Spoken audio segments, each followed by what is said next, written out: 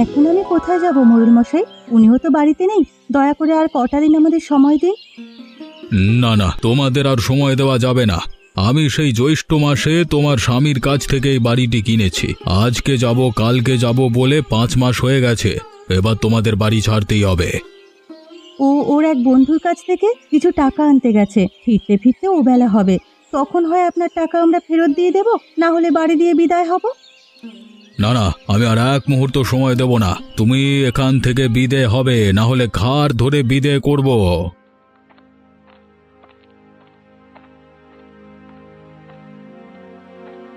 তার আর দরকার হবে না মোড়ল মশাই, আমি চলে এসেছি। এক্ষুনি আপনাকে সবকিছু বুঝিয়ে দিয়ে বিদেয় হব। ওগো, তুমি এসেছো? উনি যে আমাদের তাড়িয়ে দিচ্ছেন। চলো গিন্নি, আর এক মুহূর্ত নয়। যে লোক একদিন সহ্য করতে পারে না, তার আশ্রয়ে এক মুহূর্ত থাকবো না। তাই যাও, তোমাকে থাকতে বলেছে কে? তাড়াতাড়ি বিদেয় হয়ে আমাকে মুক্ত করো। যাচ্ছি মোড়ল মশাই, এ কদিন আমাকে আশ্রয় দিয়ে খুব উপকার করেছেন, সেজন্য আমি কৃতজ্ঞ। তুমি দাঁড়িয়ে রইলে কেন গিন্নি? তাড়াতাড়ি গিয়ে ব্যাগপত্র নিয়ে এসো। ওগো, এখন আমরা কোথায় যাব? আমাদের যে যাওয়ার কোনো জায়গা নেই। ওনাকে বলো না আজ রাতটা সময় দিতে। ওর মতো পাষণ্ডের কাছে আমি আর আবদার করব না। তুমি তাড়াতাড়ি গিয়ে কাপড় চোপড় সবকিছু নিয়ে এসো। বাবা, ও বাবা, কোথায় যাব এখন আমরা? জানি না বাবা, যেখানে বিধাতা আমাদের আশ্রয় রেখেছেন সেদিকেই যাব। আর আপনিও শুনে রাখেন, একদিনেই আমাকে আপনি খুঁজবেন। আমি সেই দিনের অপেক্ষায় আছি। আরে যা যা, তোকে খোঁজবার মতো সময় আর ইচ্ছে কোনোটি আমার নেই। আমার চোখের সামনে থেকে দূর হয়ে মর গিয়ে। ওগো, আমি আর হাঁটতে পারছি না। আর কত দূর যাবে? আর একটু কষ্ট করো গিন্নি, সামনে লোকালয় আছে, সেখানে গেলেই আশ্রয় মিলবে। লোকালয়ে কার কাছে যাবে? এখানে যে কেউ আমাদের পরিচিত নয়। তা ঠিক, কিন্তু কারো না কারোর বাড়িতে তো উঠতে হবে। আজকে রাতটা কারোর আশ্রয় থেকে কালকে কিছু করতে হবে। তাহলে বরং আমরা এখানেই থাকি। তপনেরও খুব কষ্ট হয়েছে, আর হাঁটতে পারছে না। এখানে আমরা বিশ্রাম নেই। তুমি গিয়ে দেখে এসো কারোর বাড়িতে আশ্রয় পাওয়া যায় কিনা। বেশ, সামনে একটা বট গাছ দেখা যাচ্ছে, চলো ওখানেই তোমাদের রেখে যাই। বেশ, চলো তবে। একা থাকতে আবার ভয় পাবে না তো? না না, ভয় কিসের? তাছাড়া তপন তো আছেই। তাহলে তোমরা এখানে থাকো গিন্নি, আমি গিয়ে দেখে আসি কারোর বাড়িতে একটুখানি ঠাঁই মেলে কিনা। ঠিক আছে, সাবধানে যেও। বাড়িতে কেউ আছেন? কেউ আছেন বাড়িতে? কে কে এলো এত রাতে? আমি এক ভিনদেশী পথিক, আপনার কাছে একটু আশ্রয়ের আশায় এসেছি। বিন্দেশি প্রতীক? তা বাড়ি কোথায় আপনার? আগে তালসারি গ্রাম, এখান থেকে 20 ক্রোশ দূরে। তালসারি? সে তো অনেক দূর। তা এত দূর কিসের জন্য এসেছেন? ও গায়ে সবকিছু বিক্রি করে চলে এসেছি, সাথে আমার পরিবারও আছে। আজকে যদি একটু আশ্রয় পাই, কালকে একটা উপায় করব। না না মশাই, আমি আপনাকে আশ্রয় দিতে পারবো না।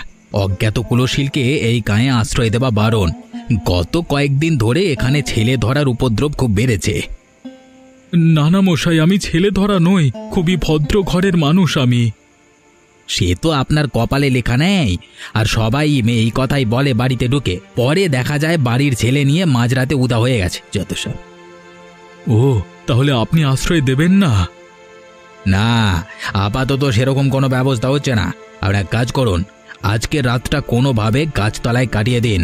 কালকে সকালে রায়চৌধুরীর কাছে গিয়ে আপনার কথা বলবো। তিনি চাইলেই আপনাকে সাহায্য করতে পারবেন। তার আর দরকার হবে না, কালকে আমি নিজে গিয়েই তার সাথে দেখা করব। সালার তেজ দেখো, সাহায্য করতে চাইলুম উল্টে কথা শুনিয়ে গেল। এই জন্যই লোকে বলে চেঁচে গিয়ে কারোর সাহায্য করতে নাই, চুলোই যাক সব যত সব। মা, ও মা, এতক্ষণ হয়ে গেল, বাবা এখনো এলো না। বাবা কখন আসবে মা?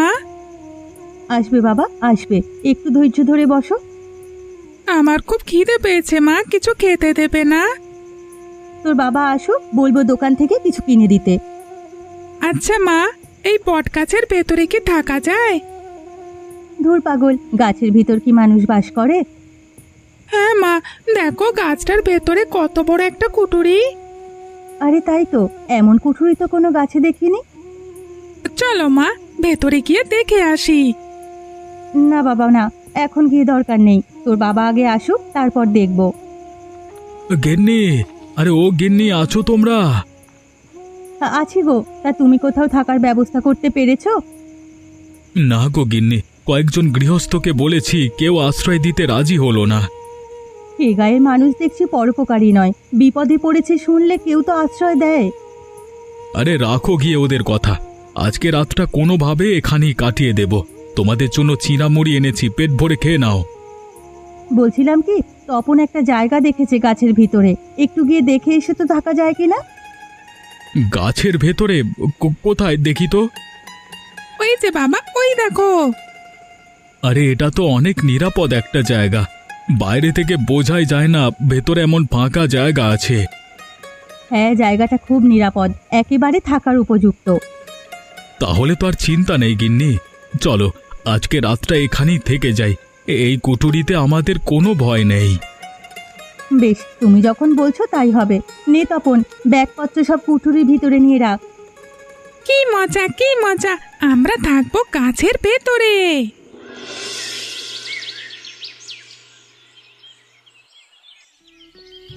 কটা মুড়ি খেয়ে কিছু একটা ব্যবস্থা করো।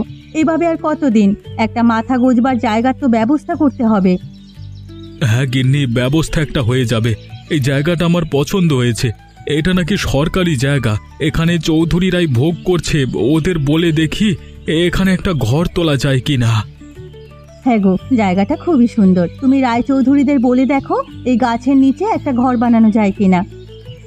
বেশ, আমি তবে যাচ্ছি, আশা করি একটা ব্যবস্থা হয়ে যাবে। তুমি বলতে চাচ্ছ তোমাদের গায়ের মোড়ল তোমাকে তাড়িয়ে দিয়েছে, তাই তো? আজ্ঞে চৌধুরী মশাই, ওনার কাছে আমার বাড়িঘর বন্ধক রেখে ছেলের চিকিৎসা করিয়েছিলাম, যথাসময়ে টাকা ফেরত দিতে পারিনি, তাই আমার সব কিছু নিয়ে নিয়েছে। তা ঠিকই আছে, বন্ধকের টাকা দিতে না পারলে তো নেবেই। তা বাবা, আমার কাছে এসেছো কেন? আমি কিন্তু নতুন কিছু বন্ধক দিয়ে টাকা করে দিতে পারবো না। না না চৌধুরী মশাই, আপনার কাছে সেজন্য আসিনি। আমার কিছু কি আছে যে বন্ধক রাখবো? আমি এসেছি এ গায়ে বাস করবার অনুমতি নিতে। এই গায়ে বাসের জন্য অনুমতি লাগবে কেন? নতুন একটা বাড়ি দেখে উঠে পড়ো না। সেই বাড়ি তো পাচ্ছি না, আর হাতে টাকা করিও তেমন নেই, তাই ভাবছিলাম ওই বটগাছটার নিচে আপাতত একটা কুঁড়ে ঘর বানিয়ে থাকতে। বটগাছ বলতে গায়ের পাশে যে বুড়ো বটগাছটির কথা সেটা বলছো? ওখানে থাকে কে? জিন ভূত আড্ডাখানা? সে নিয়ে আপনি চিন্তা করবেন না, দেখবেন কদিনের মধ্যে সব পরিষ্কার পরিচ্ছন্ন করে একেবারে হাট বানিয়ে ফেলবো। ঠিক আছে, যাও তবে, গিয়ে সব কাজ শুরু করো। চৌধুরী মশাই, মানিক, হঠাৎ করে এদিকে? এসেছি আপনার জমির খাজনাটা দিতে। তা ওই লোক এসেছিল কেন? বিন্দেশি মানুষ গায়ের শেষের বটগাছের নিচে বাস করতে চায়, আমি অনুমতি দিয়ে দিলাম। আর জানোই তো, মানুষের দুঃখ কষ্ট আমি আবার সহ্য করতে পারি না। ও, অবশেষে তাহলে বটগাছটা বটগাছ তলায় গিয়ে ভিড়েছে। আমার কাছে এসেছিল কালকে রাতে, আশ্রয় দেয়নি। আর ঘরে জায়গা দিলে কখন কি করে বসে বলা তো যায় না। ভালো করেছো মানিক, উটকো লোককে আশ্রয় দিতে নেই। তা চা খাবে? চা আনতে বলি? হলে মন্দ হয় না, চা খেয়েই তবে আপনার খাজনার হিসেব দিই। বেশ বেশ, মিনু, এরো চা দিয়ে যা তো।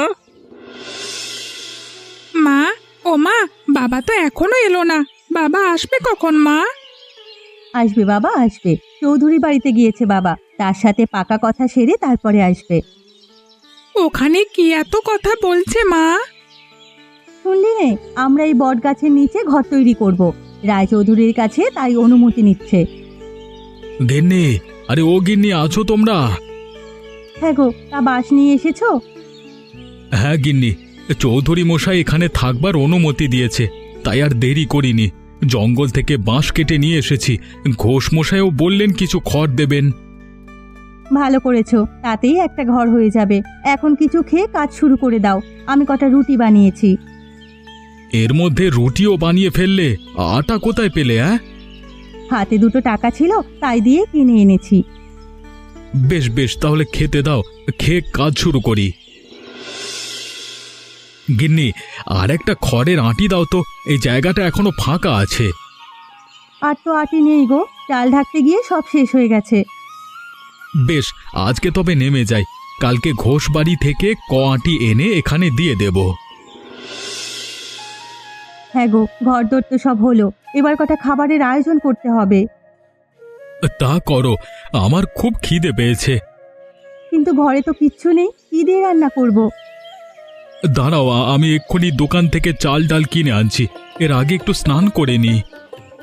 আচ্ছা শোনো, হাতে তো কেবল কটা টাকা আছে, এই দিয়ে কাল অবধি যেতে পারবো, তারপর কি করবে কিছু ভেবেছো?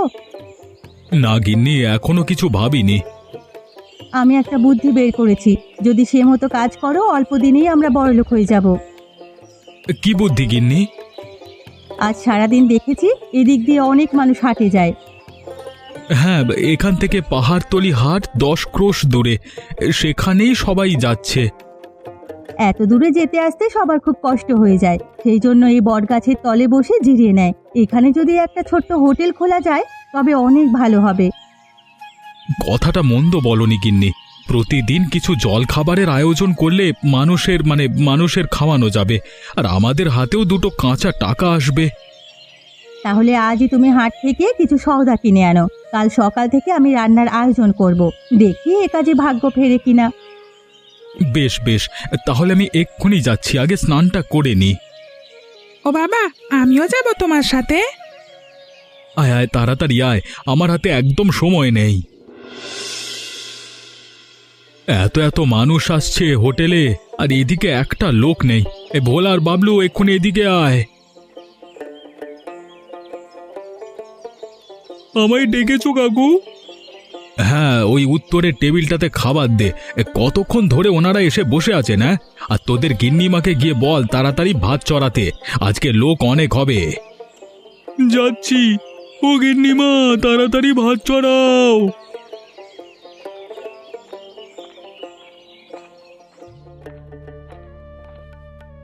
আরে ঘোষ মশাই যে, তো হঠাৎ কি মনে করে? তোমার কাছে এসেছি বিমল, একটা বিশেষ প্রয়োজনে। কি প্রয়োজন বলুন না ঘোষ মশাই, সেবারে আপনি যে উপকারটাই না করলেন আমার। আপনার বাড়ি থেকে বাঁশ আর খড় এনে তবেই আমাদের ঘরটি তৈরি করতে পেরেছিলাম, সেই উপকারের কথা বলবার নয়। তা কি জন্য এসেছেন এখানে বলুন?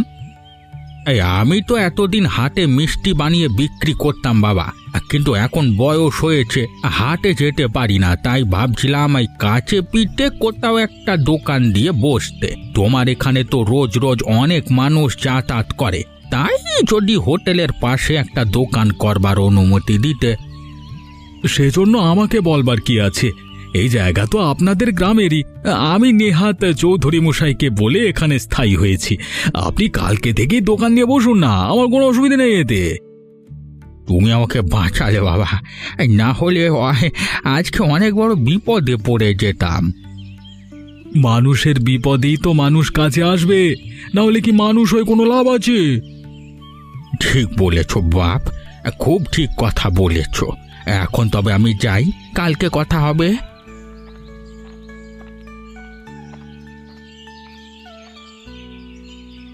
হ্যাঁ গো, উনি এসেছিলেন কেন? আমাদের হোটেলের পাশে ওনার মিষ্টির দোকান নিয়ে বসতে। আমি বলেছি কালকে থেকেই ব্যবসা শুরু করতে। ভালো করেছো, ওনার সংসার এখন চলছে না, বুড়ো মানুষ, দূর দূরান্তের হাটেও যেতে পারেন না। সেজন্যই তো বলেছি। তাছাড়া আমার এই বটতলাকে নিয়ে অন্য পরিকল্পনা আছে। এখানে একটি গোছানো হাট তৈরি করব, তাহলে আশেপাশে গ্রামের মানুষের কষ্ট অনেকটা কমে যাবে। এই কাজ করলে যদি মানুষের চোখে লাগে, আমার খুব ভয় করে গো। আমাদের সাজানো গোছানো সুখের সংসারে আর কোনো ঝড় আসুক, আমি তা চাই না। আরে না, তেমন কিছু হবে না গিন্নি, তুমি অযথাই চিন্তা করো না। হাট হলে বরং ভালোই হবে।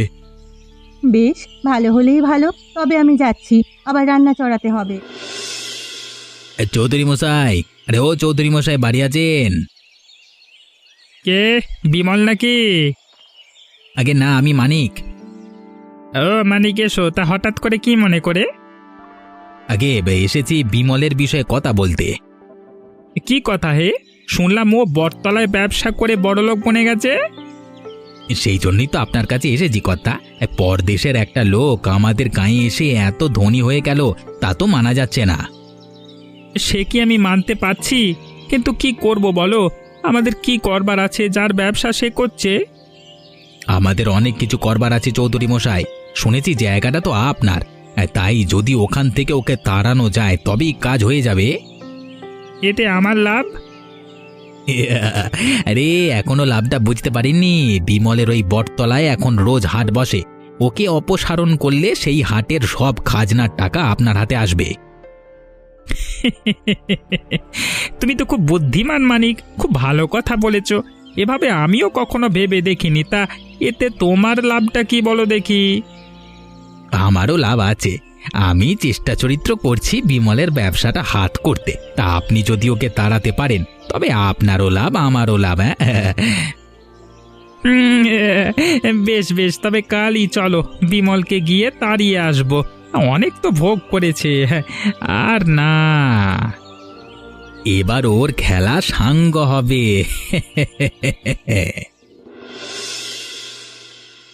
গিন্নি, আরে ও গিন্নি, ঘরে আছো? কি গো, এই সকালবেলায় কোথায় যাচ্ছ? বাজারে যাচ্ছি গিন্নি। আজকে সকাল সকাল গিয়ে বাজারটা নিয়ে আসি, দুপুরে অনেক লোকের ভিড় হবে। বেশ, তবে যাও, আমিও ভাত চড়িয়ে দিয়েছি।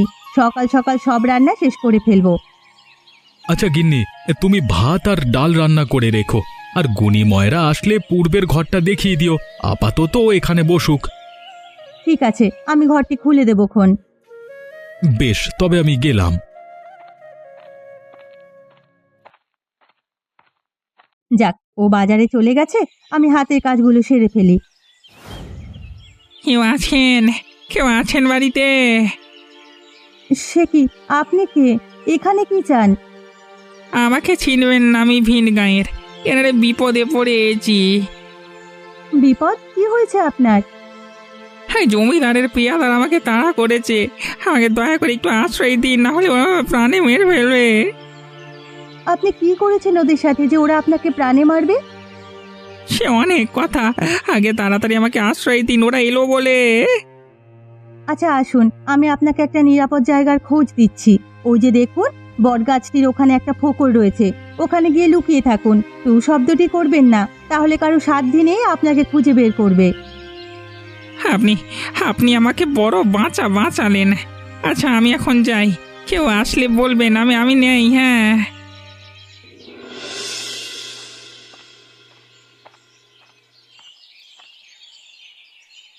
বিমল, আরে ও বিমল, আছো দেখছি তুমি।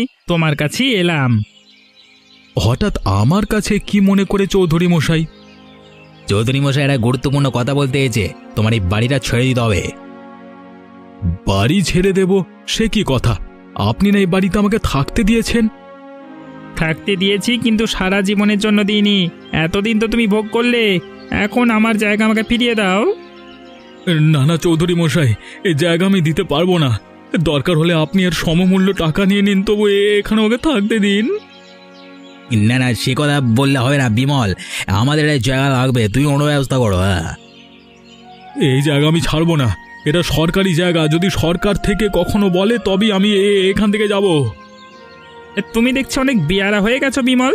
শোনো, আমি ভালোই ভালোই বলছি, জায়গাটা ছেড়ে দাও, না হলে কিন্তু তোমার বিপদ হয়ে যাবে। হ্যাঁ, আর আমাদের তো চেনই, কয়েকদিন আগে গোপুর চাচার বাড়ি পড়লো তার এক গোয়ামির ফলে। সে কথাটা ভুলে যাবো না। এখন তবে যাই। হ্যাঁ, কালকের মধ্যে বাড়িটি ছেড়ে দিও, কেমন? হ্যাঁ, কুচুমানো।